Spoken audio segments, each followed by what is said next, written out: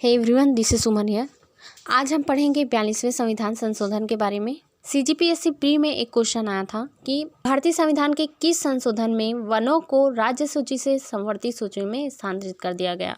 तो इसका आंसर था 42वां संविधान संशोधन। चलिए देखते हैं 42वें संविधान संशोधन के बारे में। 1976 में यह संशोधन लागू हुआ था।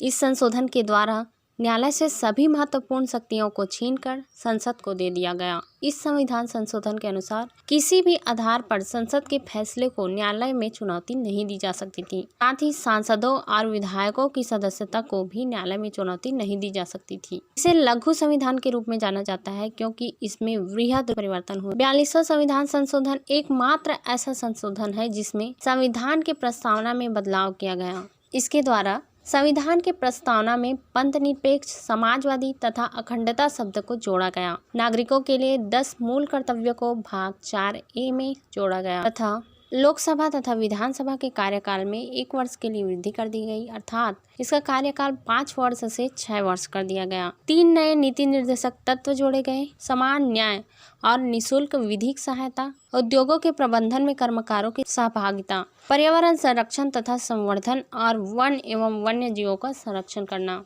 राज्य में राष्ट्रपति शासन कार्यकाल को एक बार में 6 महीने से बढ़ाकर 1 वर्ष तक की वृद्धि कर दी गई, अर्थात किसी भी राष्ट्रपति शासन को सिर्फ 6 महीने तक लागू किया जा सकता था, जिसे अब संविधान संशोधन के द्वारा 1 वर्ष तक भी किया जा सकता था। भारत के किसी भी भाग में राष्ट्रीय आपात की उद्घोषणा की व्यवस्था की गई। विशेषकर इन 5 विषयों को राज्य सूची से संवर्ती सूची में स्थानांतरित कर दिया गया, जिसके बारे में क्वेश्चन पूछा गया है। इसमें से पहला है शिक्षा, दूसरा वन, तीसरा वन्य जीव एवं पक्षियों की सुरक्षा, नापतोल एवं न्याय प्रशासन, उच्च न्यायालयों को छोड़कर अन्य सभी न्यायालयों का गठन एवं संगठन। 42वें संविधान संशोधन में आज के लिए सिर्फ इतना ही। आगे नए प्रश्नों से सीखने के लिए हमारे साथ बने रहिए। धन्यवाद।